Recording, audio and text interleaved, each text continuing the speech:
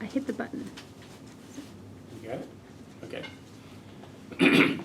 Well, again, welcome, and be sure and there's lots of food, so feel free to get up and get some if you want. We, as you probably read through the emails, we're going to try to do 3 short presentations and really have a good bit of time for us to discuss this topic.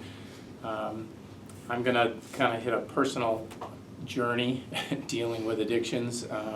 Ann's going to talk a lot about dealing with addictions here on campus, I think. Is that, and that kind of thing. And Jason's going to talk specifically about pornography and the battles related to that he has a lot of ministry, is involved in a lot of ministry with. So,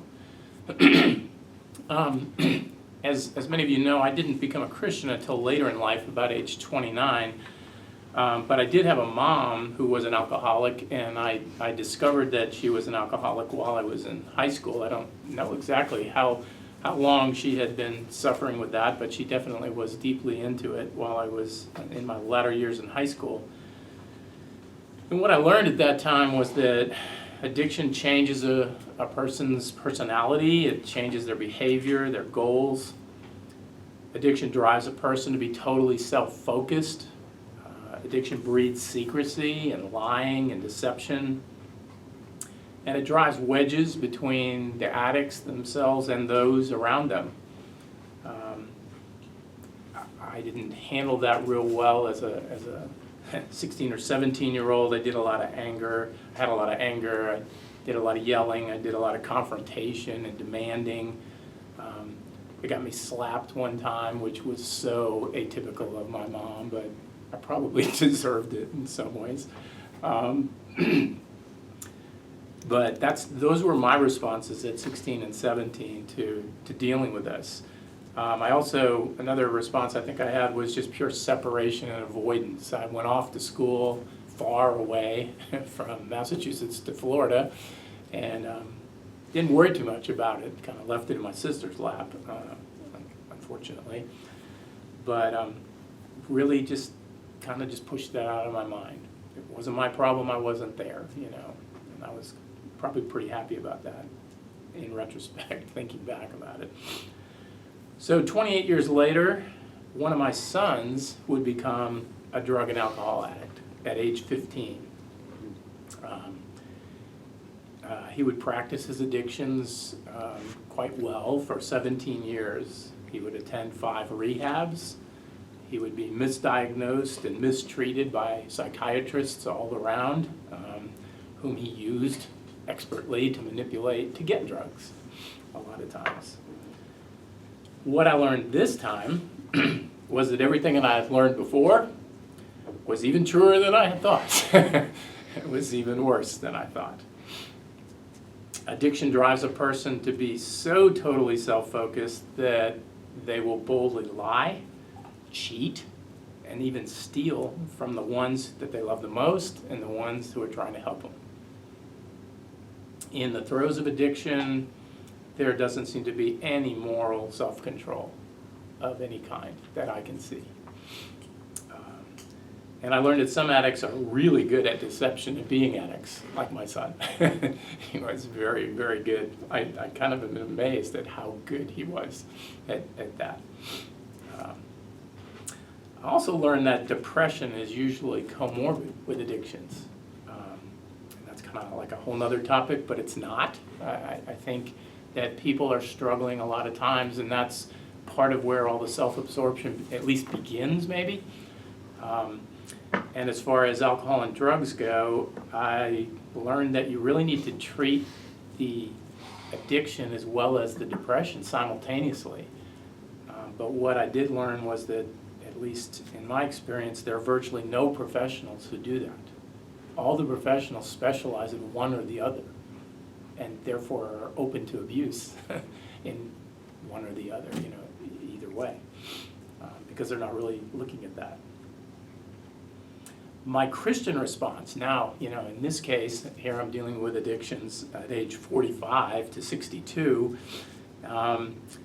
My response: anger, yelling, confrontation, demands, looking a lot the same here in a lot of ways, at least initially.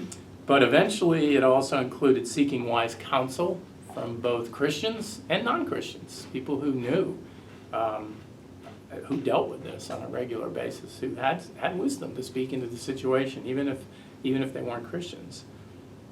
And most importantly, prayer. My prayer went through phases. Initially, I knew I wouldn't make it completely.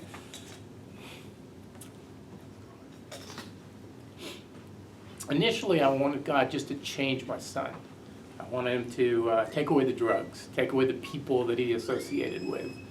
In reality, he was the bigger problem than the people he was hanging out with. I mean, they should have been praying that he would be taken away from them. It would have been a better prayer. And then it began to be, well, heal my son, you know. It's kind of a situation that he needs to be, you know, helped with, and you just need to heal him. And then, and it probably was at least 5 years into this journey, I was able to come, thanks. I was able to come to the point of praying to save my son from death, especially death without salvation. And that required a lot of submission to God. Basically, my wife and I had to come to the point of praying a very hard prayer. Please take him wherever he needs to go to know you.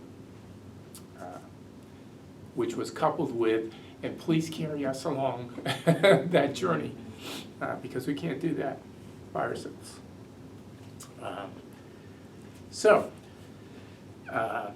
Certainly a different kind of response than what I had at 16 and 17, and that's what helped me get through that 15 years. What has God done? Well, my son, he answered that final prayer. He took him to the bottom. He was ready to die. He was ready, he took him to homelessness and desperation of suicide and all of that. And he carried us through that period.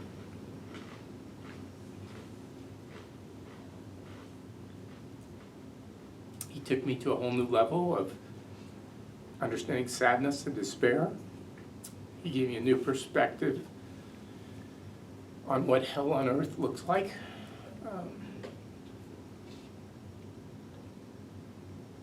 He made me totally dependent on God. Those are all good things. He took my wife and I, and he drove us together, because he drove us to our knees together.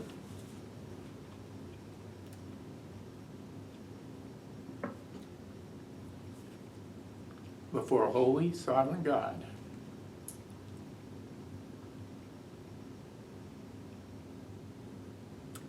He made us battle for our marriage and for each other. He blessed that struggle. He taught me so much more about addiction, what it is, what it does, what it looks like, both as an earthly battle and as a spiritual battle. He taught me to be more empathetic with others in addiction, and with others who are dealing with loved ones in addiction. And with that, gave me a lot of ministry opportunities to be used in other people's lives, not because I have answers, but because I understand where they are. So with that, that's an open offer to anybody who would like to contact me further about that. And praise God, my son has found someone to love and to be loved by and to marry. And at the moment, he's clean and begun building a life. But although he claims Christ, he doesn't yet live for the one who saved him. And so that's kind of where we are at this point. So share that journey, just because I know there are others out there who probably have had some of that journey themselves. I know you probably know people who are in that journey, and again, if God can use me or us in a way to come alongside of those people, our offer is there. So with that, let's talk a little bit about people who have to deal with people like me. We are all together, and as we encounter our students, whether they're coming in as freshmen or you're the first class that you're in with them, that they bring their family history, their background, and they bring all of that pain with them, and anxiety and concerns. And so for some of our students, their first encounters with substances have been at age 9 or 10 or 11, because they were dealing perhaps with abusive or neglectful parents, or they struggled with learning challenges, or feeling isolated and anxious and feeling alone. And so as an anxiety rose and as those feelings rose, and then substances may have been there, or they may have grown up in a house where mom smoked, dad smoked cannabis and marijuana, or drank, or used pills, and that's how they dealt with feelings. And so here they come, and in a different situation, and not having the peer support that they may have had before, and encounter and the pressures of school. And now they are a very, very wonderful, smart fish, and now they're in with a lot of other folks that look like them. They may have been the superstars where they were, and now they're challenged with lots of folks in their classroom.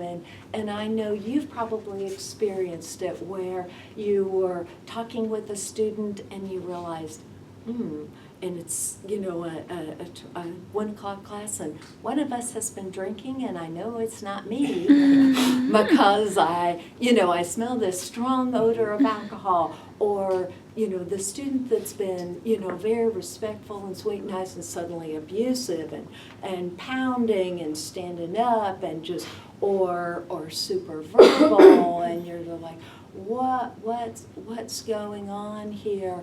Or as one time, it was actually students were in a classroom, and they knew that one of their classmates they were studying for exams, and he had been drinking double shots of Starbucks, and he had been up for 48 hours and was continuing to take his medication for ADHD, and so had no sleep, and started having a seizure right in the middle of the exam. And I could hear the faculty member on the phone, because the students called me, and Dr. will know what to do, and who is Dr. Wetzel? Why are you calling her? In terms of it was 7:30. So each of them brings such a unique experience, and so we are blessed with the opportunity to be open and to help our students wherever it is they are with the journey, and to meet them where they are, and to help them with that.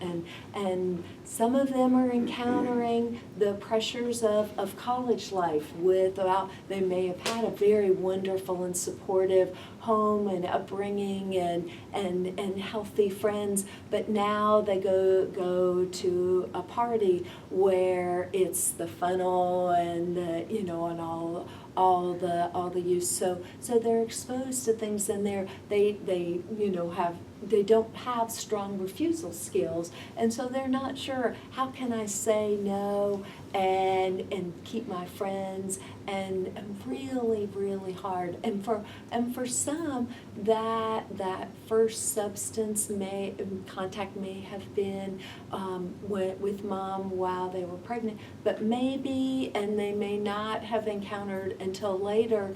And then, so when they get intoxicated, that it's usually, when they drink, it's to drink to severe intoxication. And so don't really know how what's going on, and their bodies are responding so differently. And sometimes tragically that happens with our students, that when for example with binge drinking, and then they throw up and throw up and throw up, and then they kind of lay down and curl up and go to sleep, and their friends kind of like, oh, everything's okay. But then their breathing gets slower and slower, and because it's dark, they get duskier and duskier, but nobody realizes it until somebody gets up at some point and may stumble over them at 4:30, 5 o'clock in the morning and realize they're cold. And it's just, oh my gosh, and then raise the alarm. So alcohol poisoning, it's so common. And after the throwing up, they think, oh, well, the worst is over with this, and it's not. The worst is just beginning. And folks feel like, so our students, and you know that because you know sometimes we experience it, I ought to be able to do this on my own. I ought to be able to handle it. What's wrong with me? You know, I shouldn't need help. And they feel such guilt and such shame and feel like they're failures. Talked with her permission, I'm sharing this, that didn't know how to be able to say to mom and dad, you know, I'm in 5 courses and I'm passing 4, but I'm not passing 1. And has been a stellar student, a straight A student, and always done well, and struggled, and so started drinking on the weekends and in the evenings to deal. So now she's drinking daily to deal with it, but didn't know how to be able to say, this is the first time I've not been successful. And family reactions and reactions of faculty are so different. Sometimes as faculty and family, their Clemson family, we feel helpless and hopeless. We don't know who to turn to. And I was talking with the faculty member, and I was talking with them about CAPS, and like, oh yeah, I do remember about CAPS. That's right. And you know, we have, as nursing faculty, we've walked students over, we've walked faculty walking students over to help as a resource there. So helpless and hopeless, you know, what to do. Folks feel when they've tried to intervene, sometimes get a little frustrated and get a little angry. It's like, I've tried to help this person, and so sometimes they have feelings and they don't know how to deal with that. Or roommates that will call and say, you know, we've done this, you know, what, and yet they're still using. And, you know, I don't want to leave them, but I'm getting to the point where I've got to save myself. What do I do? How do I handle that? Sometimes students get criticized by other students and faculty. Well, you know, you ought to be able to handle it. You should be able to do this. So, or, you know, why don't you have that done? Or why didn't you do it as well? And so again, that leads into that, all of that guilt and shame, and we feel that. Sometimes we and their fellow students are fearful about their anger, the person's anger, when they say, you know, I love you, I care about you, I'm worried about your drinking or your drug use, and boom, bam, comes back anger, and so they just don't know how to deal with it. So they kind of tiptoe around, or I try to get up in the early and leave my apartment or leave my dorm room. Sometimes as a faculty member, have you walked around and you've noticed students that basically are kind of living in your building, and you realize, and when you start asking them, well, I noticed that, you're here in the morning and you're here late in the evening, and, I've come back to pick this up and it's 10:30 at night and you're here. Well, and sometimes they share that, they feel like they can't go back to their dorm room. They feel like they can't go back to their apartment because of the use that's going on there. And sometimes that avoidance, and of course, and when the person that's struggling, they're already feeling shame and blame, and now folks are avoiding them, and so that sense of rejection, and it just it compounds that, and so they tend to use more, and then folks may stop, but then when they get stressed again, that biochemical, that kindling is there, so that the next time when they start to use again, that it escalates more rapidly, that in terms of that use.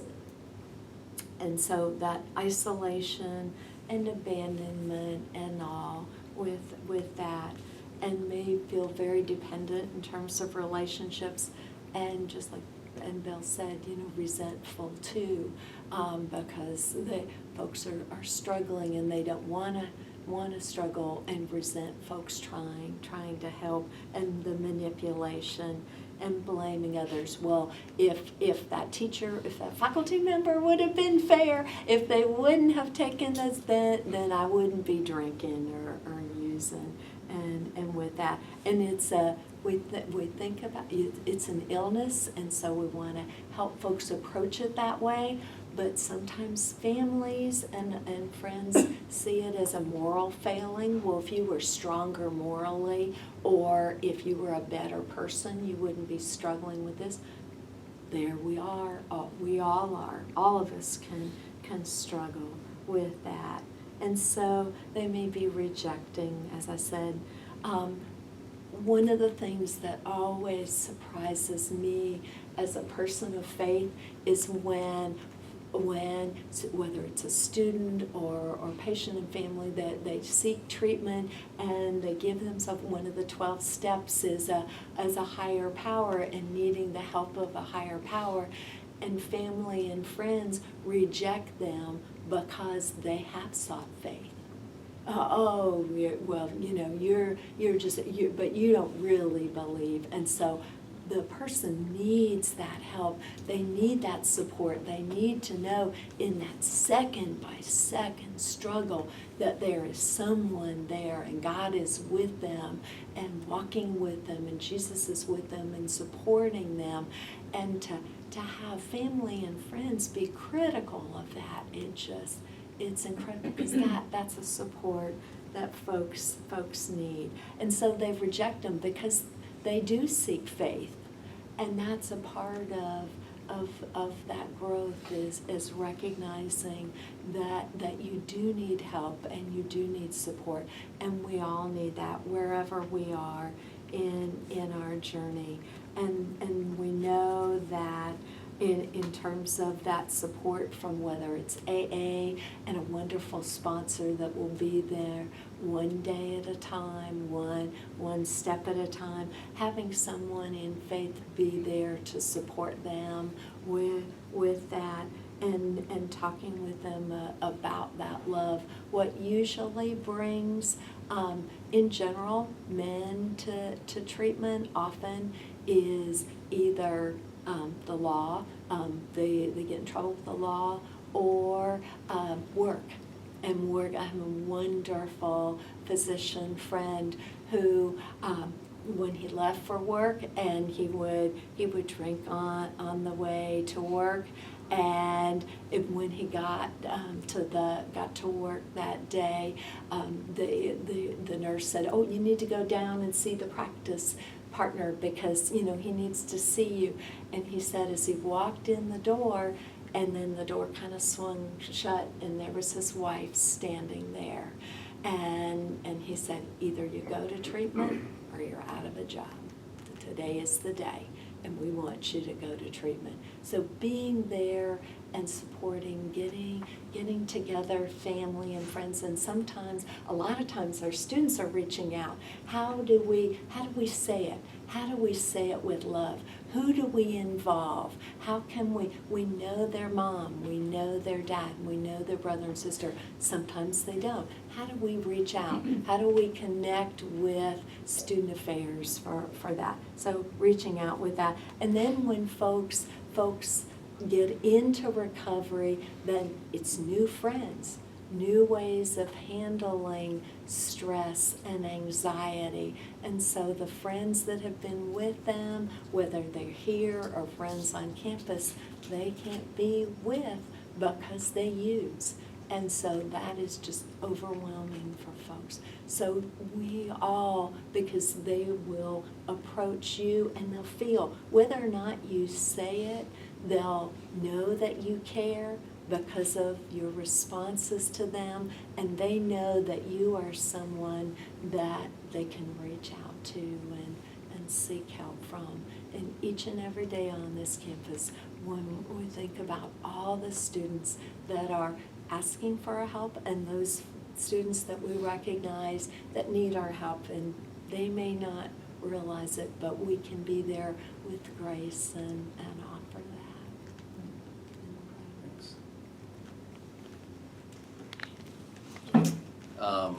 Well, my name is Jason. I work with the Navigators as a campus minister, so I've been here at Clemson for, this is my 6th year. And so Bill has asked me to share today about pornography and just a little bit of how I got here to talk about this.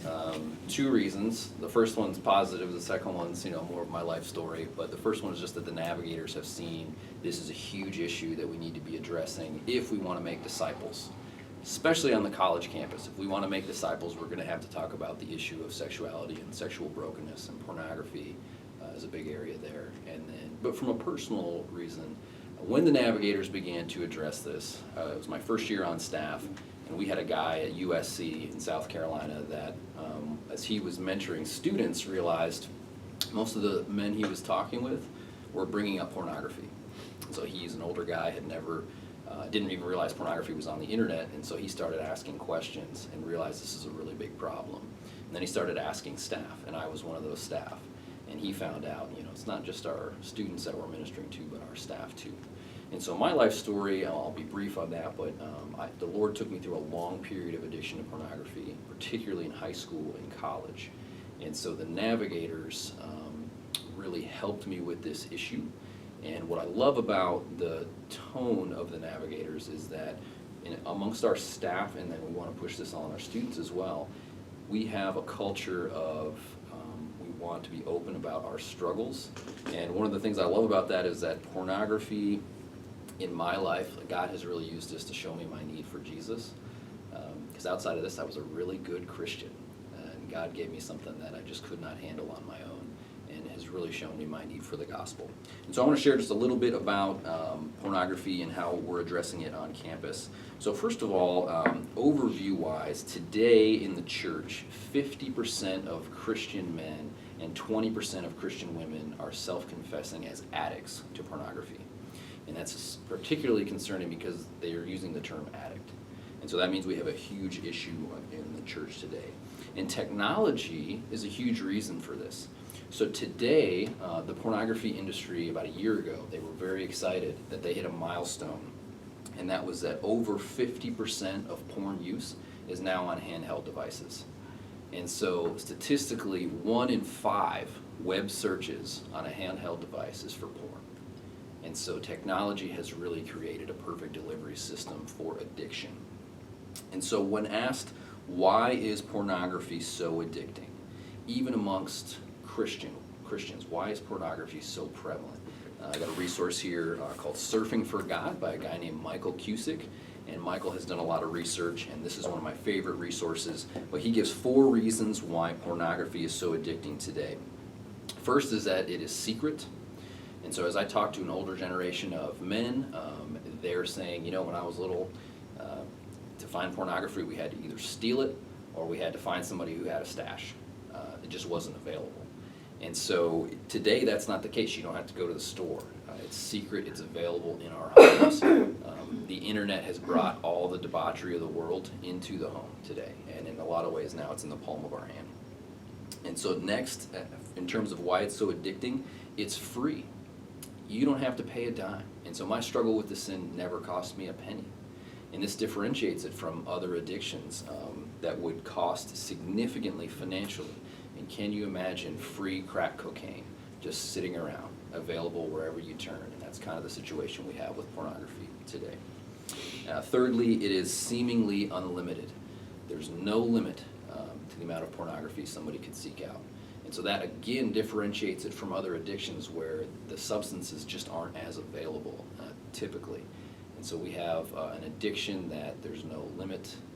I don't have any statistics on the overwhelming amount of porn on the internet, but it's just an overwhelming amount. So seemingly unlimited. And then lastly, it is always available. And again, I'll go to the smartphone, as we tend to, it's like 75% of adults have a smartphone.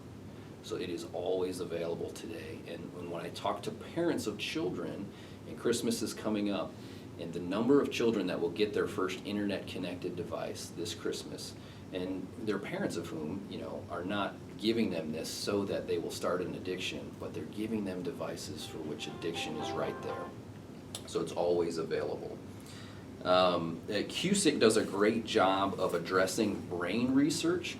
Over the last 10 years, there's been a lot of brain research in the area of pornography, and one of the things we know is that it is an addiction very similar to alcohol or heroin. So it's really doing the same process in the brain of an addict as these other drugs would. And I don't have time to go a lot into that, but that's just to be said, it is a powerful addiction. And so what is our response? What is our response going to be in the church, or how do we address this with students?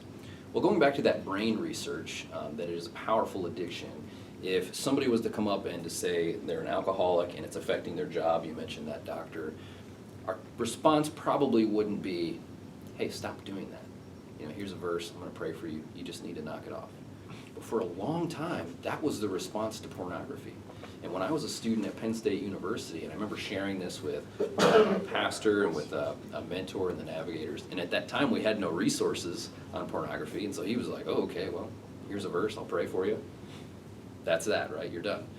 And that was kind of how we handled it, but now we know a lot more about pornography addiction, and that's just not how healing will be sought. So a few ways that we address healing in the Navigators. I think of 3 areas we want to address. The first area is the head, and so when I think of the head, I think of an education. Let's get educated about the bigger picture of pornography. Let's address lies like pornography doesn't hurt anyone at all. We can talk about trafficking and slavery. We can talk about abuse. When I was struggling with this, I'd never asked myself, who are these women that are involved? How did they get in these situations? What has driven them to do publicly what should only be reserved for a private, intimate marriage relationship? So really, education is huge. This is where we get into using the scriptures. We're talking about the holiness of God. So that's the first area, the head. The second area is the heart. This is getting to the heart issues of what has driven somebody to addiction in the first place. This is what we're ignoring when we tell somebody to knock it off. Asking questions like, what are the wounds in your life that have caused you to run to this addiction? Very similar to alcohol. What's the brokenness that has caused you to run there? And so when we want to address and help somebody with this issue, it's going to take time for us to address wounds and heart issues. Journaling is huge for this, and that was a huge part of my journey. Sitting with the Lord and saying, Lord, how did I get here? What's brought me to this place? And I know that seeking the addiction, the thing that we're addicted to, will not give us life. And so how can we address what does my heart truly desire? How can I replace this addiction with something positive? And then the last thing would be practices. What are the practical steps that are necessary to get to a place of healing? So this is where we talk about things like monitoring software for technology devices. When I'm dealing with guys in particular on campus, depending on their situation, a lot of times I have to encourage them, you know what, you got to get rid of your phone. This phone is just not helping you. And when I was a freshman in college, if somebody had gotten in my face and said, you know what, you just can't handle having a computer, you need to go to the computer lab, I think I would have done it. But I didn't have anybody at that time that was in my life saying, you really need to set some boundaries in your life for you to seek freedom. So the practical things, what changes need to be made? One of the things as I'm counseling young men in particular, I encourage them to do, you're in your dorm, you're alone, and that you really feel that temptation. Well, what are you going to do? Are you going to sit there? Are you going to call a friend, pursue healthy, engaging relationships? So that's one of the practical things we would encourage them to put yourself in community to be in a place where you can seek freedom. I'm going to mention a few resources that we're using. I mentioned Surfing for God. This is a guy named Michael Cusick. In this book, he shares his story, and this is the best book that I know that walks people through a journey to sexual healing. So really appreciate this book. I actually got to meet him last week at a conference that I was at. And I'll leave that here if anyone wants to take a look at that. And then the Navigators have developed a 9-week study called Walking in the Light. This is the men's version. The women's version is called Living into the Light. It looks very similar. It's 9 weeks as well. And this is something that was developed for campus ministry to be small groups in a semester setting. But now the study has been expanded a little bit, and it would be phenomenal in a church setting for a small group of men or for a small group of women. We've been offering these every single year for our men, and then this is the first year we're offering them for our women as well. One of the things I'll just share in that regard is this is not a men's only issue. Statistically, more men are struggling. However, if we from the front give the idea that this is a men's only issue, one of the things we do is we really isolate our women that are struggling. And so we've tried to avoid that as much as we can. There's a smaller percentage of women that are struggling, but they're still they need help as well. So this is the first semester actually that we're offering a study like this for our women, which we're very excited about. Thank you. Well, at this point, we've got a significant amount of time, and we felt like that was probably key with this issue, because I'm sure that all of you have different experiences related to this. So we're just going to open it up, and if you want to share something, that's fine. If you want to ask questions of any of us, that's fine, and I'm sure discussion will take off from there. So, floor is open. Sure, I'll go. I serve as an undergraduate coordinator for our department. One of the things I do is meet one-on-one with our failing students below 2.0 GPAs and discuss going forward what they need to do academically. And I wondered, is it appropriate for me to ask these types of questions about, to even bring up addiction, or if there's some other issue? And I ask a lot of safe things. I ask, how many hours a week were you working, and what else was going on in your life? Which they never answer that. But I've wondered, just how far should I go, and just any advice you have for that. You want to start that one, Ann? And we do. One second. The question is, in advising students that come in, if you suspect that there may be more to their life than what they're telling you, how do you approach that, and what kind of questions can you ask? Yeah, and certainly, well, as you say, trying to help them to open up is creating that private time when they might feel comfortable and safe. Tell me, because you'll ask, how are things going? It comes up, oh, fine, great, really? Gosh, a lot of people struggle. And so normalizing that, and then listening, young women are often wonderful because you'll say, how are things going? Oh, and they'll start to cry, and that'll send you down that way. And sometimes with the guys, I will hear back from faculty, he's gotten really, really, really quiet and really withdrawn. He's not hanging around with the same people. He stopped. He used to be coming to the group, the club, and he's not anymore. Or he seems so angry and if you can pick up on that, and, you know, you just seem so, like, things are so alone, you know, it seems like you're struggling with this. How about others of you? Like, what would you, I'll let you ask that question. I mean, I have a student right now who hasn't said it, but, I mean, can we send them? They need help. I know they need help, but they haven't said it to me yet. But they're not gonna be at Clemson next semester, they won't make it, I mean, they're gonna fail out, and they need life help. So, but it's not like they're, you know, there's that one where it's, are they dangerous? But their danger is, you know, alcohol, and it's so obvious, but yet they are not saying it out loud. And I feel like I've opened every door and every opportunity and every private conversation I could have to, like, give them that chance to say it. At the university, can we send them to, like, is there a way to send a name to CAPS even if the student's not seeking CAPS themselves? Like, is there a way to, how do you all, would you recommend, yeah, how do you, I'm looking at you, Dr. Fisk, what do you? As a faculty member, Yes. you can go to the CARE Network, and any student, any faculty member, any staff, if there is any concern you have for a student, you can go to the CARE Network and you just type that in there. Okay, And why I find that so helpful is that the individuals that are seeing that, they're dealing with these students every day on different bases. And depending on your relationship, I mean, the intriguing thing about FERPA is the relationship between you as a university professional and that student.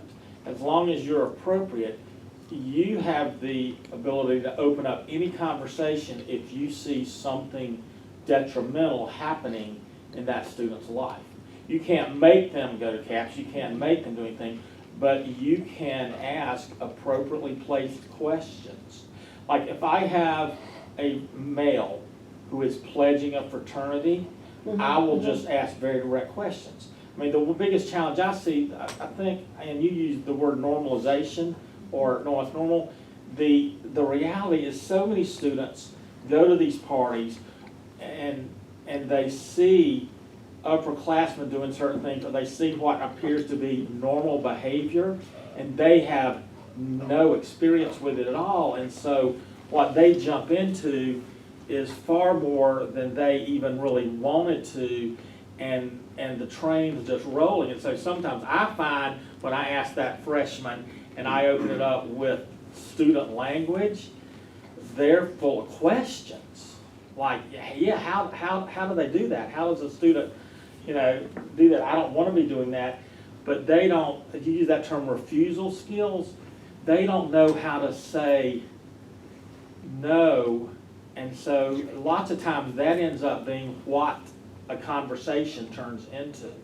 How do I navigate this without being thrown out of my organization or lose these friends because everybody else is doing it? And so, you know, and what's interesting, and as you said, sometimes it's not that student that's struggling. It may be an excellent student, but they're getting pulled into something that they don't know how to extract themselves from.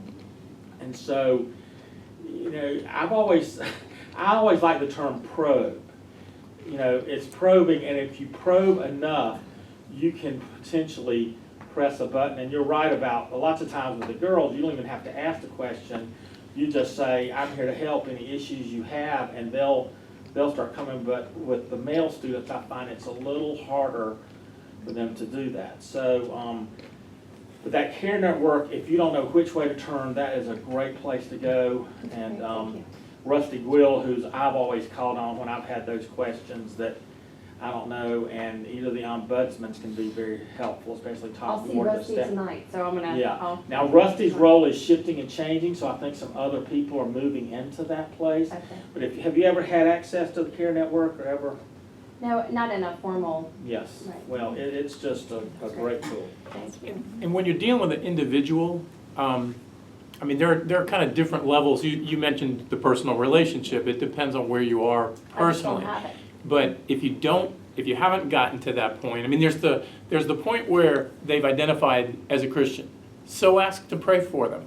I don't think I ever had a student refuse when I asked if I could pray for them, right then and there. And you can pray things that are rather probing and rather specific.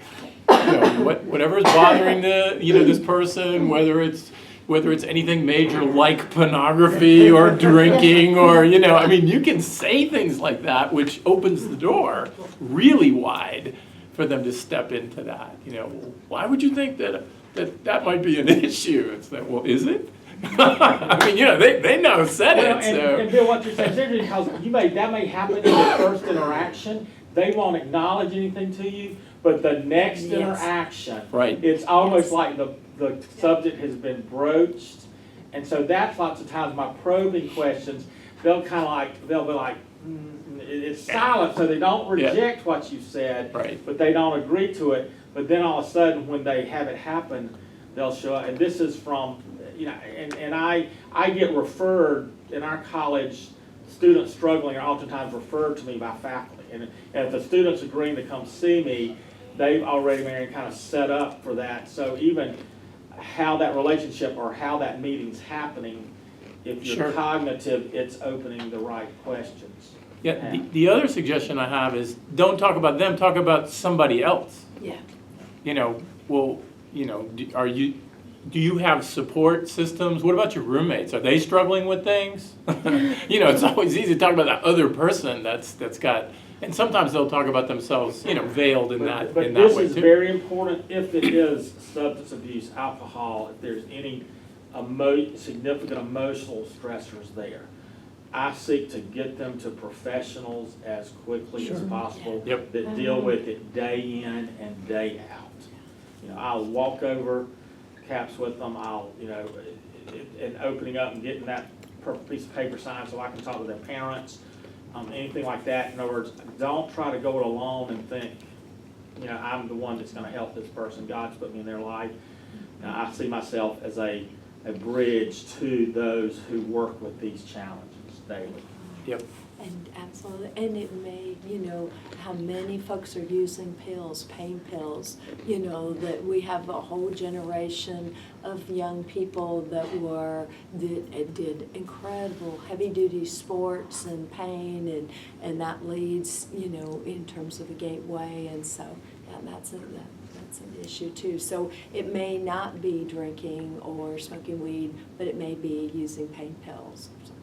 Well, now it's for study aids. Use the Yeah. ADD medicine, Yeah. which is all over the place, which are stimulants, and most of them, and so that they have learned how to use them, and it's just common. It's just what you do. Talk about normalization. It's just what you do. They started that in high school, a lot of them. Yeah. So. They did, yeah, and they don't Yeah. have scripts, they're buying it on the This is a street. question I have, that student, and Mary, this is going to be with you, is the one who is in true denial, who almost, and I find this with freshmen, the denial of naivety. In other words, it's not like I'm denying this cognitively, it's that I'm so ill-informed, I don't even know what's coming my direction. And so I'd be interested to hear thoughts about denial with all of those subjects and topics, and what might be an appropriate response when you sense that this person truly is unaware of what the potential dangers are that they're flirting with. I think that's the head education that you were talking about, right? Yeah.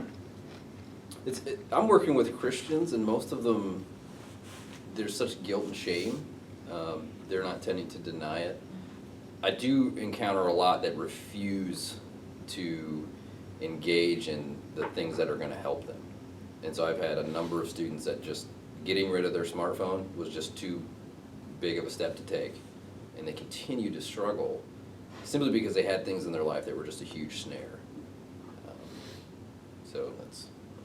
Is that more of the I can do this myself mentality, kind of, I don't have to do that to, what do you think leads to them not being willing? Obviously sin, pride, inconvenience. I'd have to walk to the computer lab, and I'm like, yeah, but you'd be living in freedom, Seems like that would be positive. Yeah, I think it's all wrapped up in that. Yeah, just doing the hard work we have to do to seek freedom. Not wanting to be different. not wanting to be different than their friends.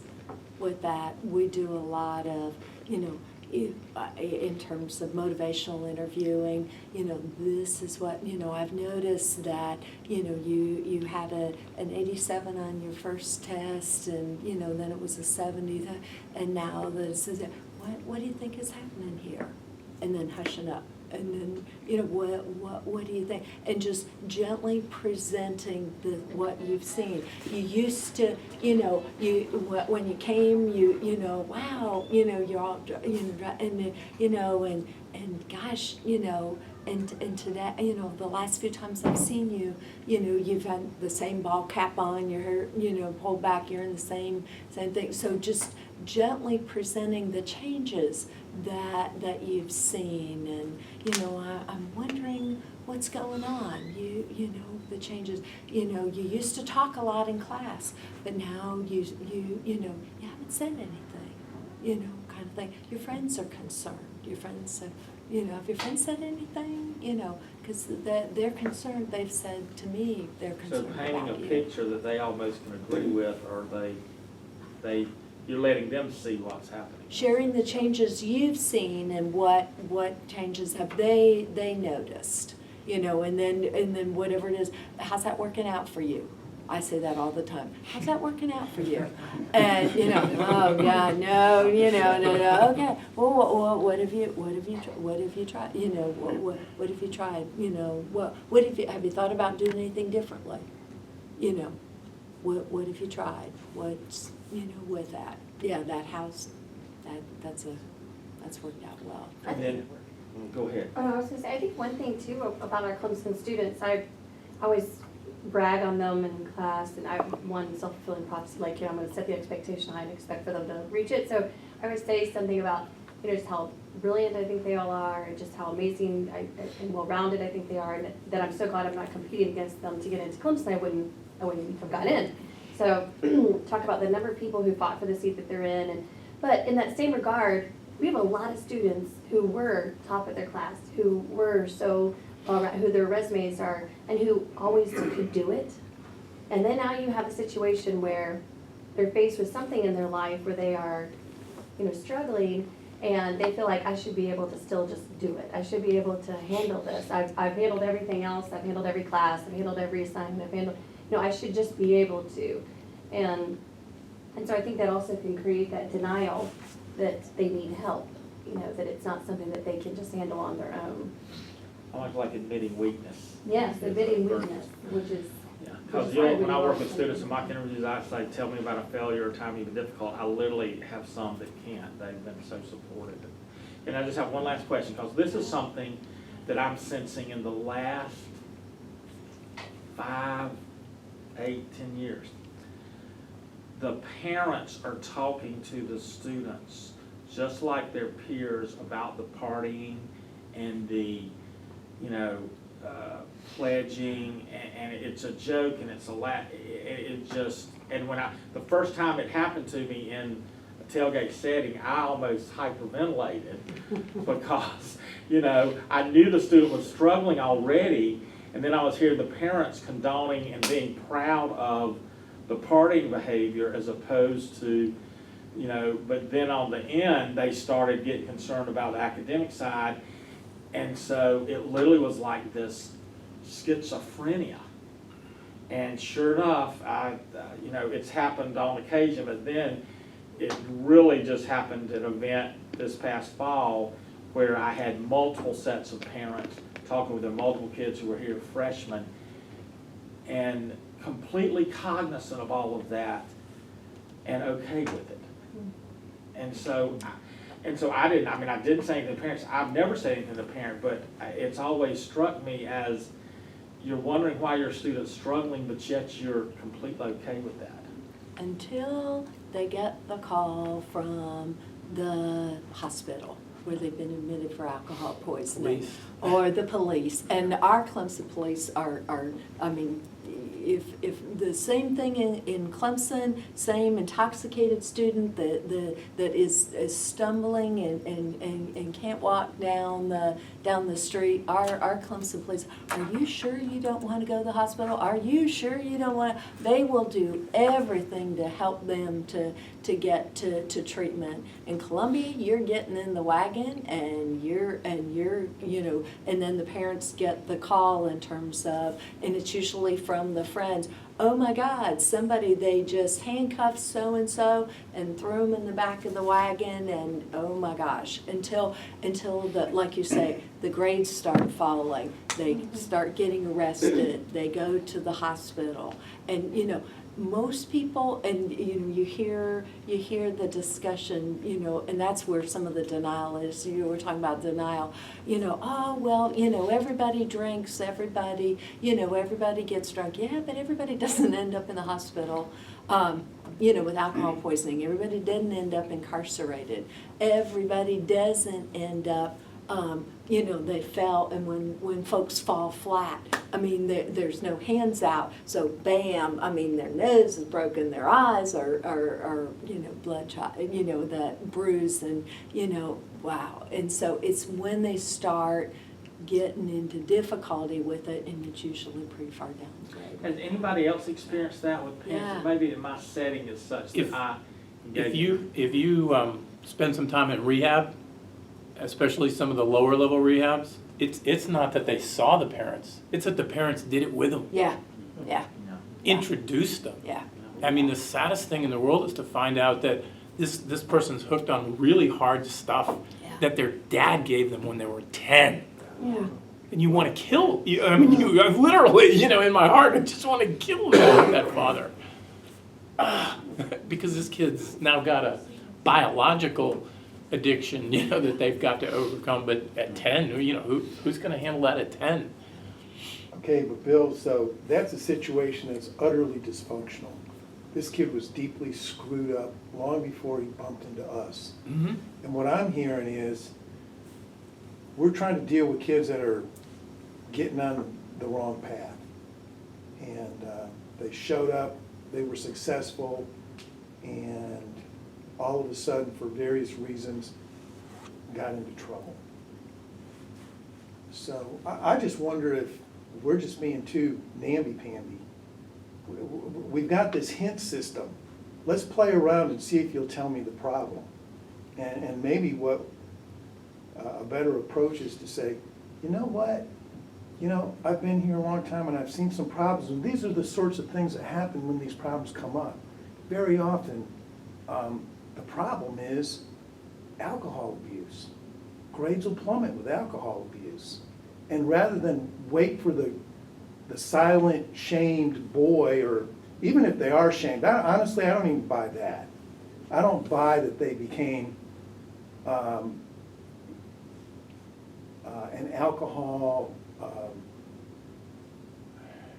excessive drinker out of some shame or pain in their heart. I think it was socially encouraged and they're being popular. And that's a great way to fit in, and I think that's more of it. So Well, I think it's complicated. There well, are a it's lot very of different complicated. complicating factors. There's going to be a lot of different And, factors. and part of it is genetic as well. There are some people who can't take even that first drink without being dragged down a path much faster than somebody else who can drink a lot. I've seen people just act like total alcoholics and then wake up one day and just say, oh, this is bad, I shouldn't do this, and stop. Yeah, they have a little bit of coming off of that stuff, but they just stop, right? But a true alcoholic, it Can't. sees that and tries that, and people keep telling them try harder, and they need help. They need help. And then you've got like I said, the interaction sometimes, and I don't know chicken and egg, but as far as depression goes, but it's there. Depression, It's anxiety. there all the time in these addicts. I don't know about the pornography, but with the alcohol and drugs, virtually every one of them. And it doesn't really matter which came first, because you're dealing now with both, or you should be dealing with both. And that was my biggest frustration, was I could not find a doctor, a medical doctor, a psychiatrist, who would deal with both of them simultaneously. And especially, you know, when my son was being good at it, he knew how to play those, he knew how to play those too, because you go and you just tell them the right things and they start giving you drugs. And the depression drugs are the very things they're abusing on the drug side. So yeah, it was a maddening period of time. And, you know, I wish I could tell you I found the answers, you know, out there in terms of help, but honestly I didn't. You know, we had to manipulate the system ourselves to get that help. And basically it was God intervening, in my opinion, in my son's life to kind of wake him up. Bill, you bring up a good point though, because like I'm sitting here thinking about my student, I teach communication. I could literally sit here and use nonverbal and verbal and, you know, talk about what I see and behave and everything, and then like approach the subject more directly than I have. My problem with this situation is I can't get him in the classroom, or I can't get him to make a meeting. I mean, we've canceled, he's literally missed the 6th meeting today. So I mean, and I'm still trying, like I'm tracking them down, you know, because this needs to be reported to I know that now, but I just know he's not going. But anyway, I have a clear, I don't need to be so wishy-washy on it. There's an opportunity to probably be more direct. And the fact that we're in the classroom and we see the behavior, you know, gives us maybe an opportunity to have those discussions more openly than someone who doesn't have that connection. We can talk about past experiences. We can say we've been on campus for this long and these are, you know. And you can say it in your general class. Right. You can just say, well, I just want to say something to the class as a whole here. Mm-hmm. You know, and you can kind of look at somebody while you're doing that if you want. Yeah. But I mean, the point is you've said it. Right. The education Just process come to- starts with hearing it at least. Lisa, You know? Bill, that's something that I've done, and I think it's just more direct, but I've just told some of the stories of when I was in college, watching people start out, slowly decline,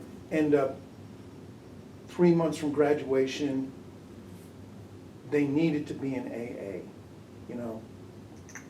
My friend Wuss watched it happen, and that can happen here.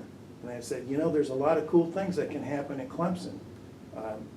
You can leave with a great degree, or you can leave with a drinking problem.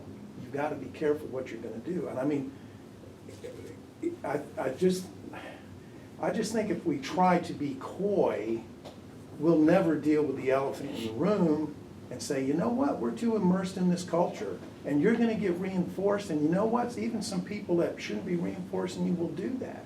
It might be your mom and dad, and you know what, there's something kind of messed up about that.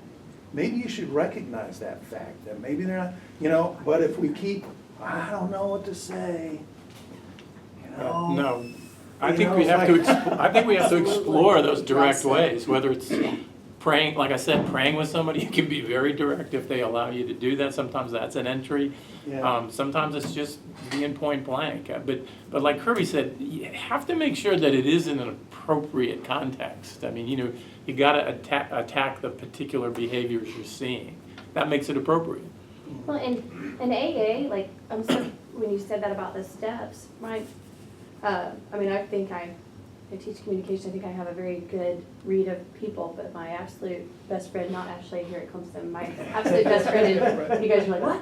And my best friend in Georgia, my emergency contact on everything for my kids is 46 days sober today. And, you know, and when she hit her low, she had her 3 kids and my 2 in the car.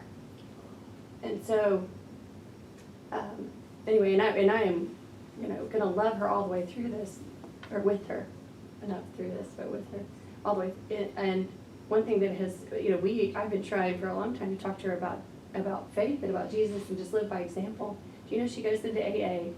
And I guess the second step is talking about the first one, Second, yeah. that there's something, second step, that there's something higher, you know, whatever. Yes. Higher and power, and she says, she comes out, she goes to AA 3 times a week, she goes to counseling twice a week, she has a sponsor. I mean, she's giving every bit of effort here, you know, I mean, she's fighting with everything she has, and she says it's exhausting to work on yourself, you know. It's another reason why I think she didn't want to admit it, because it takes so much energy and effort to try to turn this around, but But, and I don't know that she knew that she had a problem before, but I don't think she accepted it. But she's now asking, she's now saying, you know, I really think that, that Jesus knew that I was going to need you at this time. And her other best friend is a preacher's wife. And she's like, what an interesting situation that my two best friends are the two strongest Christians I've ever met, you know, and I don't mean to say that about myself, but you know what I mean, just in her life. And that, she's like, I just want to tell you that I now believe in something. I'm not sure exactly what it all is, but I know that, that there's something. And she's finding that at AA. And I'm like, oh my goodness, we've had so many conversations and tried, and none of that was, but here at her lowest low, AA is just pointing her to Jesus. You know? I need to say something about that. The 12-step program, when it was originated by Bill W., was Christian. Yeah. Yeah. His experience was a Christian experience. I'm reading it for the And in first time. order to make this program acceptable, you know, and it will help people, even if it's not Christian, but that's the heart of the program. And when it helps people, they, again, I'm going to make a judgment call here, but what I see in the recovery community is people substituting other addictions when they don't have Christ and they're not dealing with the main attraction, so to speak. You know, and a lot of those substitutions are better in the sense that they can now be much more functional than they were before. I mean, if you're drinking 87 cups of coffee and drinking and smoking 3 packs of cigarettes, you may die sooner, but you're going to function better until you do. You know, as opposed to laying on the side of the road most of the time. You know, so I tell my students the easiest way to quit looking at porn is to play video games all day. But I'm not going to recommend that, because and we've talked about that, the substitution. Did you really get healing, or did you simply transfer and you're now addicted to some other escape, some other thing to try to numb the pain? yeah. But Numb the and pain, that's that, that's it. and that's that balance and that well balance, whether, you know, and that's so important in terms of stress management, nutrition, exercise, and all. How are you gonna deal with that? Because in that moment when you want to use, what are you gonna do? So helping them to think through, what am I gonna do other than use? Who am I gonna call? Who am I gonna reach out to? What am I gonna do instead of use? So helping folks to think about that. And relapse is real. Oh, I mean, we know. to be expected. Yes, absolutely. And, you know, we never say to the person who's diabetic, oh, you know, your blood sugar's high again and you're a bad person because your blood sugar's high again. No, your blood sugar's high again and we're going to work with you and we're going to help, we're going to work with you to figure out how you got here and what are your goals? Where do you want to go? And the same thing with recovery. And part of loving her may be saying, my kids can't ride with you anymore. I love you, and that's okay.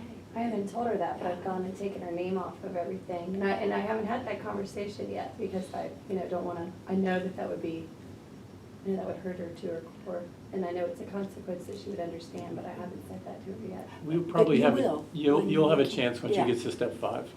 Okay. Yeah, absolutely. Yeah. Does that make it restitution or something with step 5? Yeah, dealing, Yeah. So, yeah. Well, we're almost out of time here, and we are really committed to making sure we end on time, although you don't have to leave at 6 o'clock. But, at this point, John, did you have any announcements or anything for us before we close in prayer here? Was there anything else? I think I mentioned that we have the staff Right. luncheon in December. December 10th Mhm. in the P&A building. And so it'll be a joint thing with the Fellowship of Christian Staff. It's a group we just started for the administrative side of things. And so they're just a great group of people. And we wanted to open it up to the faculty commons. And so it's going to be in the P&A, and you have to sign up, or you can bring $5 and get a very nice home-cooked meal. So it's a pretty good deal. I think it's going to be Chick-fil-A, right? Part of the main course, but at any rate. Yeah. Other thing is, last week, some of the crew staff and students, we were at the union Tuesday and asking students to write thank you notes. And we had 134 thank you notes written, 2 professors, in like 2.5, 3 hours. And so some of y'all have already gotten, Mary Ann and Melissa got a thank you note. But it is fun that I took the Barnetts around today to deliver a few of them. And what are some of the reactions the professors had to them? It's Christmas. It's Wow. on Christmas.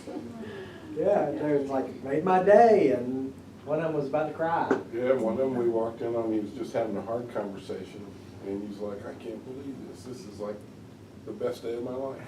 He wanted John to stay and do the survey Yeah, that actually, right you know, then. opens up Yeah. with the gospel, you know, or whatever. Yeah, spiritually open questions. Like, Yeah. I didn't expect a professor to be that spontaneous and want to talk for 20 minutes after getting a thank you note.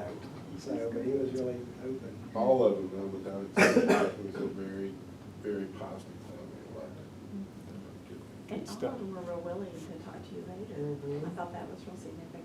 Except Mary Ann. And then the last thing is we're having a regional conference for professors February 19th and 20th. It's going to be in downtown Greenville. Still working on the exact location in downtown Greenville. But Dr. Walter Bradley will be speaking. Mary Ann went to the one we had in Birmingham last year, this past spring. And so we'll have some flyers out in December to start recruiting. It'll be Friday evening from like 6 to 9, and then Saturday from 8:30 to 4. And so you'll just come away encouraged by it, motivated, realizing you're not the only one who's thinks this way or feels this way about being a Christian on campus. Anything you want to say since you Well, and attended? we actually, we shared names and email addresses and things like that last time, and so some of us have stayed in contact and have, you know, just kind of encouraged each other, and that was neat. But Walter Bradley in himself would be enough of a reason to go, just to listen to him talk. But it was one of my favorite things, you know, to have gone to last year. By He's far a- my favorite conference, but that's not saying a lot.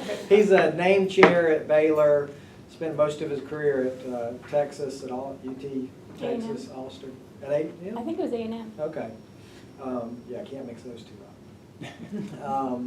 But he's been in professor for 40 years, and he's just great stories of what he's done good, the mistakes he's made, how he's fallen on his face, but consequences weren't that bad.